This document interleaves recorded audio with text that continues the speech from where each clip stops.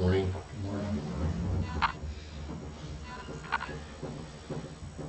Yeah, what I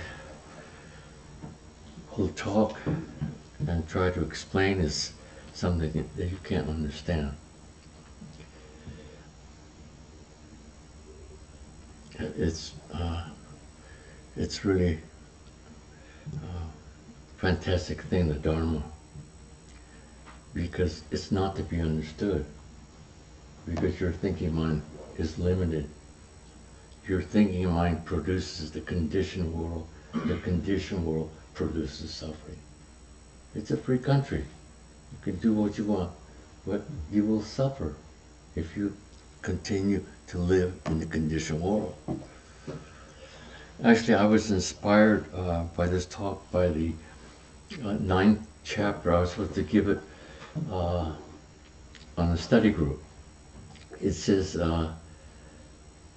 designation is no designation. Now, what does that mean to you? In other words, designation is a name. Whatever you name is not real. No designation. It's no name. But what's no name? So, like in the Heart Sutra, is the litany of all negation. So you have to negate what you see is not ultimate reality. That's what it comes down to. But we're so conditioned. We love to be entertained. This is the world of entertainment. Well, horrible things are happening all over the world.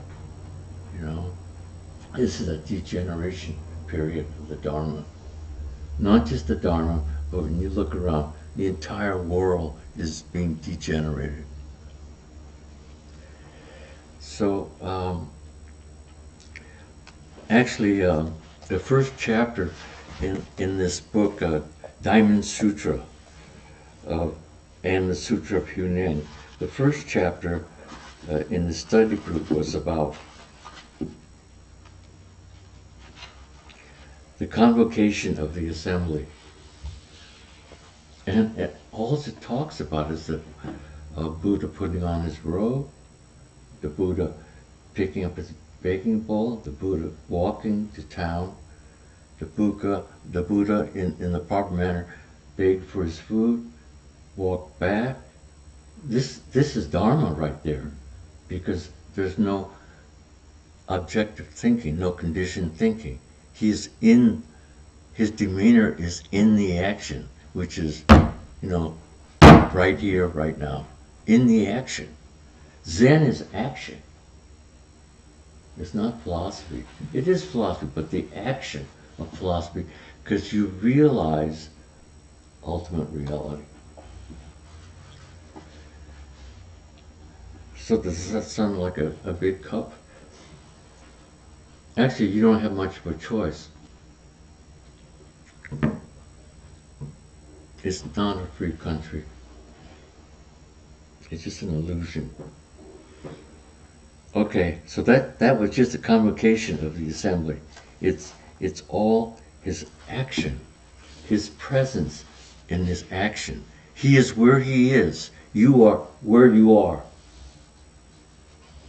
That's difficult, because you're somebody else, someplace else, even being here. So number 9 again, real designation is undesignated. It means this is a table, and it is not a table.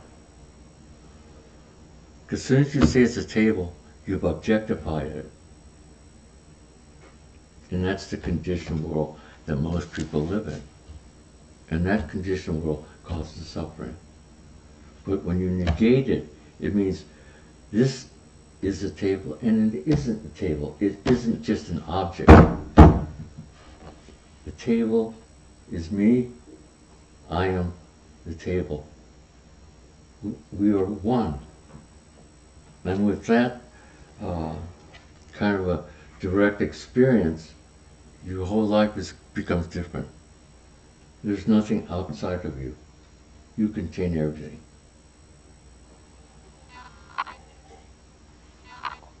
Not in an egotistical way, but in an impartial way.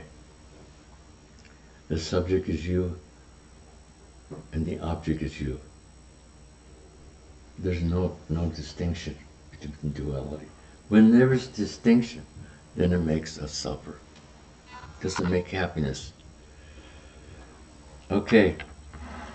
So, yeah, I like the glossary. It talks about, as we pass through the historical names and things, it seems like our names become shorter and shorter and shorter. It's just called the Diamond Sutra, because that's pretty short. But actually, it's a long. How many? 1, 2, 3, 4, 5, 6, 7, 8, 9, 10, 11, 12, 13, 14, 15, 16, 17, 18, 19, 20, 21, 22, 23, 24, 25, 6, or 7, 8, 9, 30 letters to the Diamond Sutra. And we for convenience, we've cut it down to a very few. But okay, Vajra Kadika Prajna Paramita Sutra. So Vajra, it means the cutter, the diamond cutter. And this is a Vajra. This is a Vajra, and Tibetans use it with the bell. This is the male symbol, and the bell is the woman's symbol. This is what cuts. This is the diamond. It cannot be cut. It cuts. Yeah? It's a diamond. Okay? And I always remembered it on Suzuki Roshi's altar. So I naively asked Trungpa. I talked to him about it, and he handed me his Vajra. So, when you receive a religious object, it should be blessed. In other words, it doesn't remain a religious object. It's not sacred anymore. People have statues of Buddhas at home, but actually it's not good karma for them, because you're imprisoning that statue who has a life. So the object becomes blessed, which makes it sacred. And when you bless an object, it's not doing anything, not thinking of anything. When you bless an object, then it's sacred. So you see people with all kinds of bracelets and beads, but they're not blessed. They're just objects.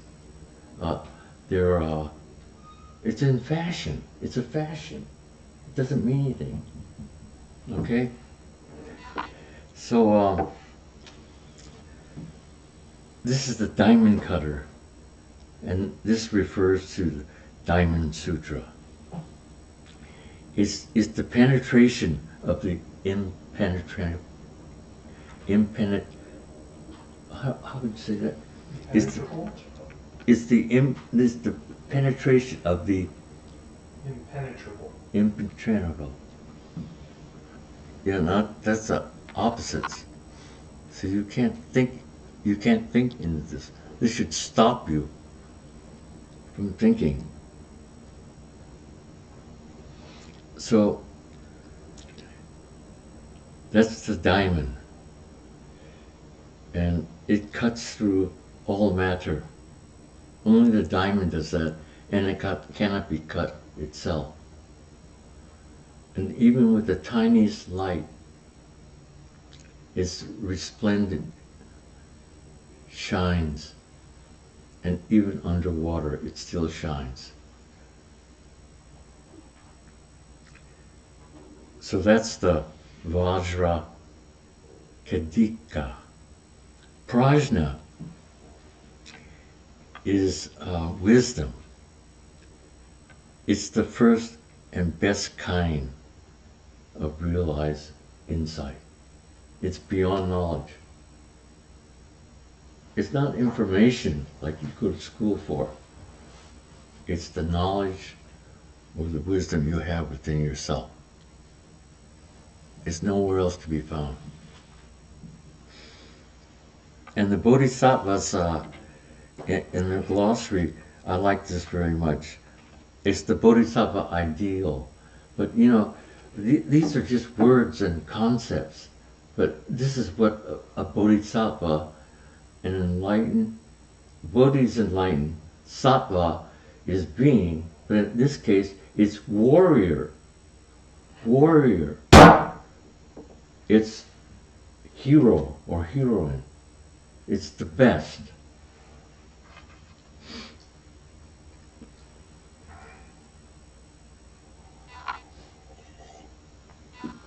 And by being the best, they have these four qualities, these six characteristics, and they are the paramitas. And Vajra, Gadika, Prajna, Paramita. Okay, Prajna is the highest wisdom, the highest insight a human being can realize, can actualize. And now Paramita are the qualities of that actualization. The first one is giving, danya. You have to give. How many times do you give a day?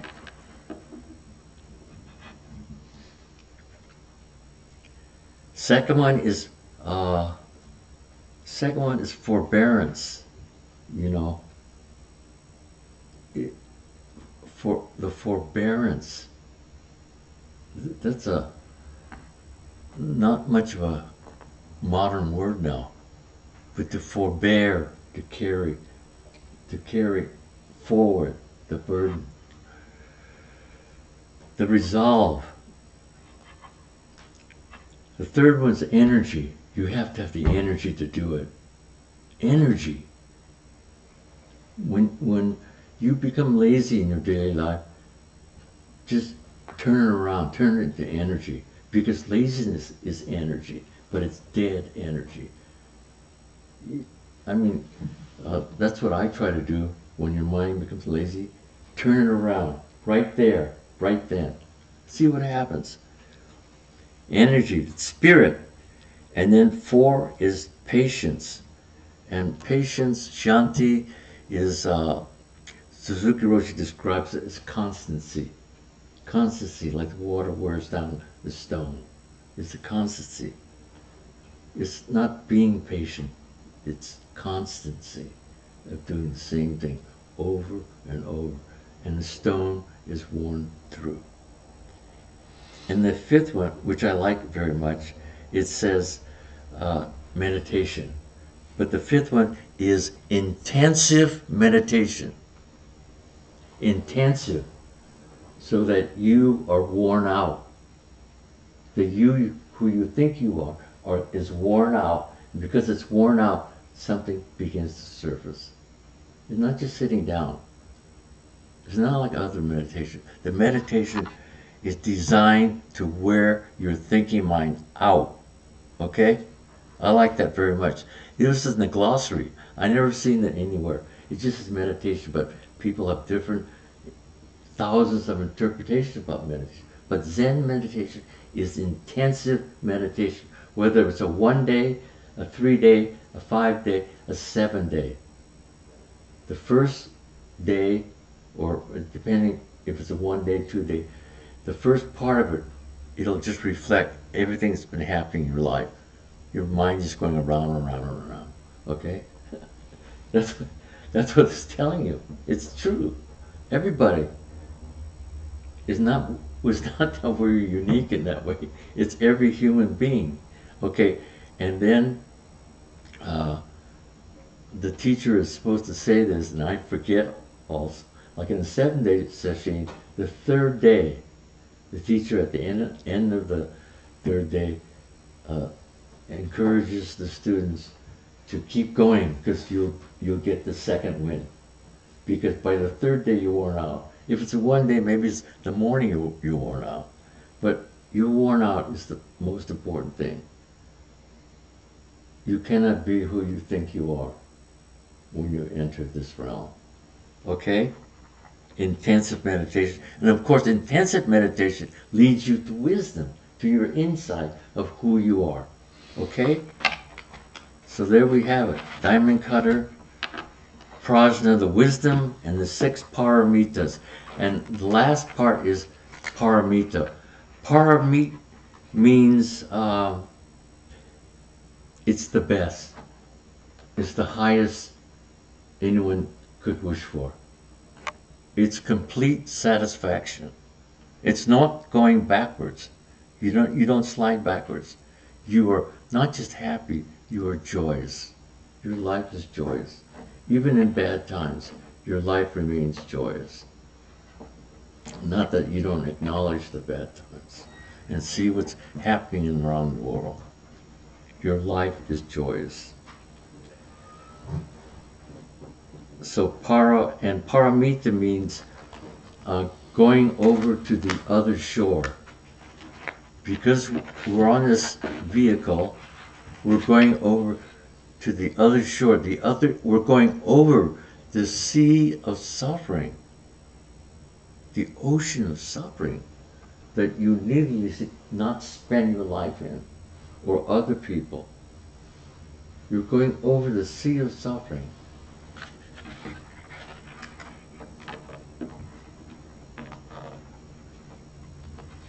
And to the other shore, but that other shore is this shore. It's right here, right now, right in front of you, wherever you are. It's not over there. Okay? And at the end of their explanation of the Vajra Kadika Prajna Paramita Sutra, they say, but whatever significance, whatever you understand about what I have just said, this is not true. Because you are approaching it through your knowledge of understanding. It's not the truth. Until you realize it, directly realize it, then it becomes true. Understand?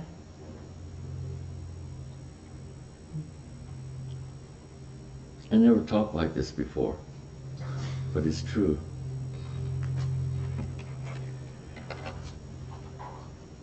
Diamond Sutra, the cutter, the Vajra. And these dialogues are with the Buddha of Avalokiteshvara, and it was with Subhuti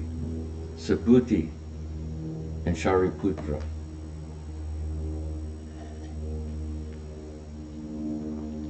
And Zen students belong to the Hinayana tradition, the lesser vehicle. You are not in the Mahayana tradition until you have direct experience and you postpone your liberation for the liberation of all sentient beings. You postpone your liberation. The Hinayana is for self-liberation. That's what I never thought about, but that's what Zen students are. They're Hinayana. They're not Mahayana, because they're looking for the carrot. Okay? But you have to move into the Mahayana, the greater vehicle. It evolved out of self-liberation to the liberation of all humanity. You postpone your liberation until all humanity is saved. And then there's a sentence which I love. But there's no use. The Bodhisattva's vow is to save all sentient beings, but there's no use. You can't save them. You know why? They're already saved. You are already saved, but you still have to realize it. Okay? So there's no one to be saved.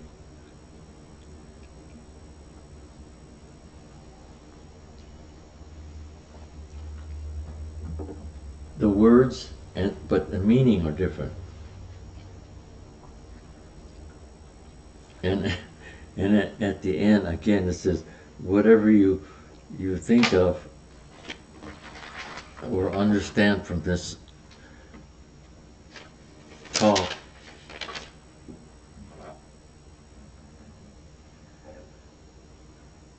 is not real. Right? It makes sense, doesn't it? Okay. And so Subhuti, actually, there were a few of these disciples, Buddha's top disciples, that Ananda, Subhuti, Shariputra, that were born, Bodhidharma, were born into a very wealthy family.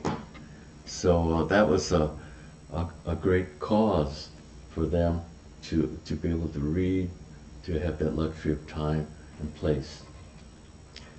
And so Subhuti, this Diamond Sutra was Subhuti was looking for the truth, and of course he was in the Hinayana, the Theravadin stage.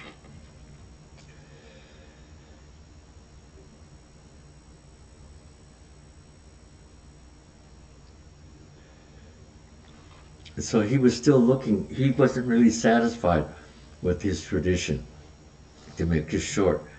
But one day, as he was walking, he met a disciple of the Buddha. His name was Ashvajit. And he was a new disciple of the 5 disciples, right? And Subhuti noticed him because of his countenance, his demeanor, how he sat, how he walked, what he did, his action. So he asked him who his teacher was, and he said it was the Buddha, the Tathagata. And he said, could you repeat some of his teaching? And he did. And this teaching is the greatest teaching instruction in humanity. I used to read it like an object, but it's the truth. It's the greatest teaching ever in the history of humanity. And this was 2,589 years ago. Okay, now listen to this. Ye Dharma. Ye means primordial. Dharma means things. Primordial things, okay? Primordial things, not things. Not object, but primordial, origin, hetu, origin of things, okay? So this was Buddha's words. Of all things produced from causes.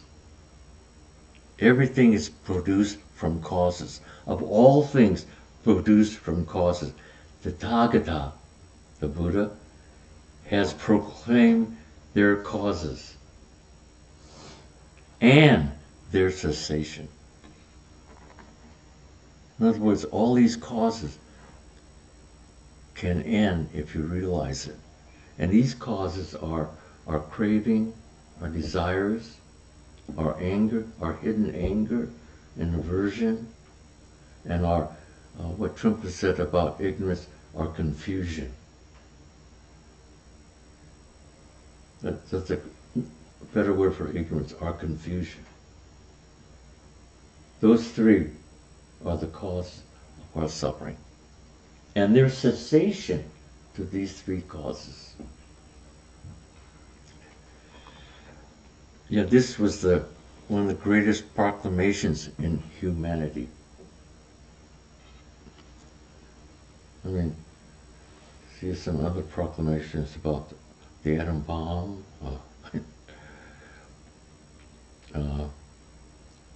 someone's, I don't know the doctor's name, vitamin C. But think about it.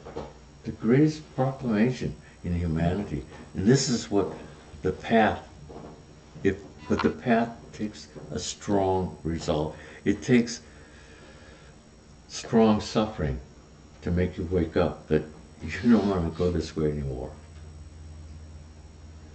And when you don't go this way anymore, you can still participate in the relative world. You can take a bus in San Francisco. You can find a parking space in San Francisco. There's always a parking space waiting for you. Someone asked me if I was enlightened. I said, no, but I can always find a parking space in San Francisco, right? So the relative and the absolute coexist. The opposites, all bad and good, they coexist, and that's how they free each other. They dissolve in meditation. So there's no more opposites, there's no more suffering, there's no more thinking. You are just sitting there without thinking. Maybe one thought in 40 minutes. The one thought is necessary, but that means you're still alive. If you have no thoughts, you'll be dead. Okay? 2 thoughts is thinking, so you have to go back to 0 again.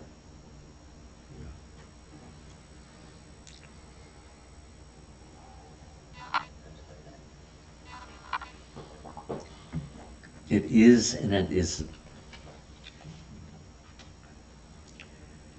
And the word Tathagata is another honorific title for the Buddha. Tathagata. It means thus gone, thus come. Thus means suchness. The suchness within yourself. Thus gone, thus come. Actually, there's no going nor coming. It means back here. Where you are. Wherever you are. There's no other place to be, but you have to be wherever you are. Maybe that's the most difficult thing. Even sitting here, are you here? You know?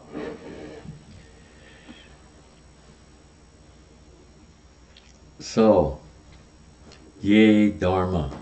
Try to remember that. Oh, take it to heart. Don't take it as a words, but the meaning. Take the meaning. There is cessation to cause. And so, prior to thinking is where you're aiming for, where you're going. Because thinking is thinking. Thinking leads to discrimination. Discrimination leads to expecting. Expecting means knowing. And those 4 is what we're taught in school. What we're taught all our life. But it's prior to those 4. That's where you want to go. And then you think. And then you discriminate. But you don't discriminate. You have aroused the impartiality within your inner being. That's insight.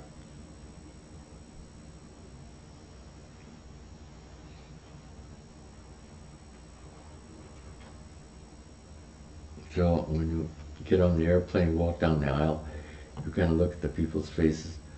This person doesn't like me. Oh, this person likes me. But it really doesn't matter.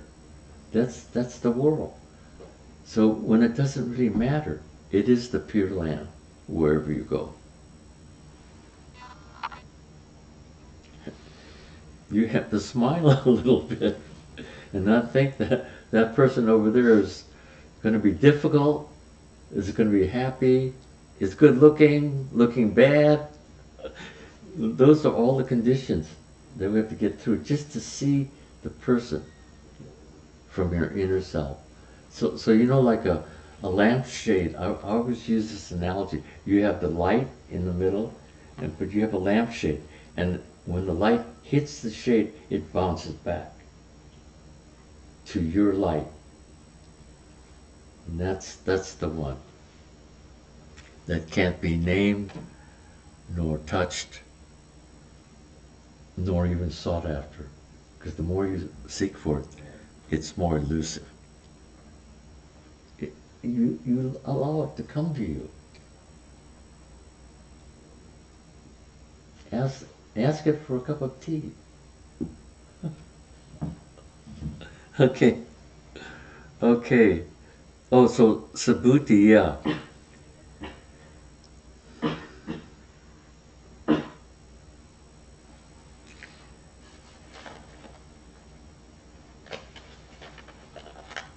Ye Dharma.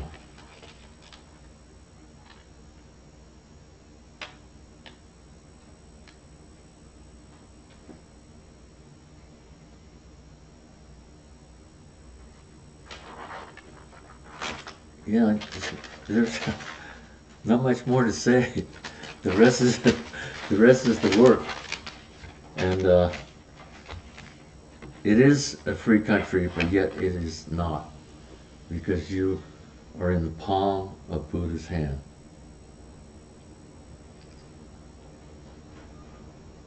Any questions? Maybe this is a good time to stop. Yes. The proclamation you're talking about, the Ye Dharma, is that in the Diamond Sutra?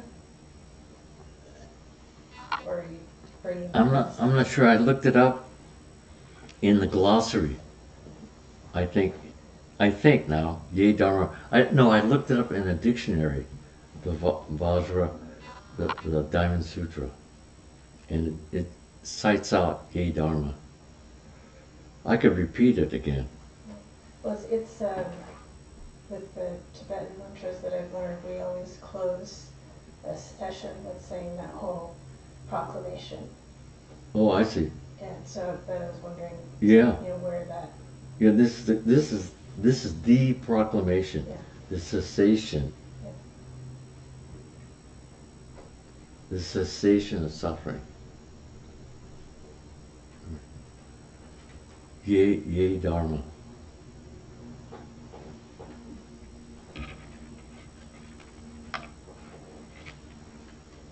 Yes. Question about, you mentioned blessing of statues. Yes.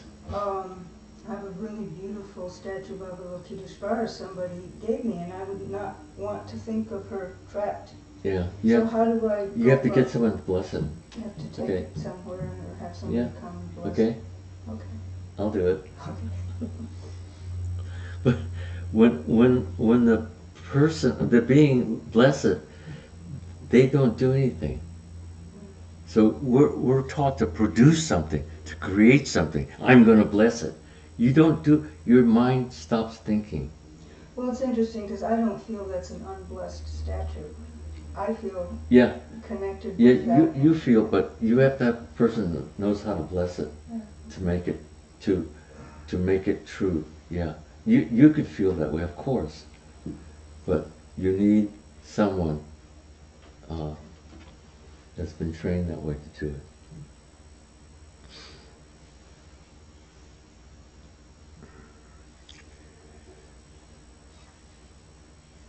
Okay? Okay, thank you.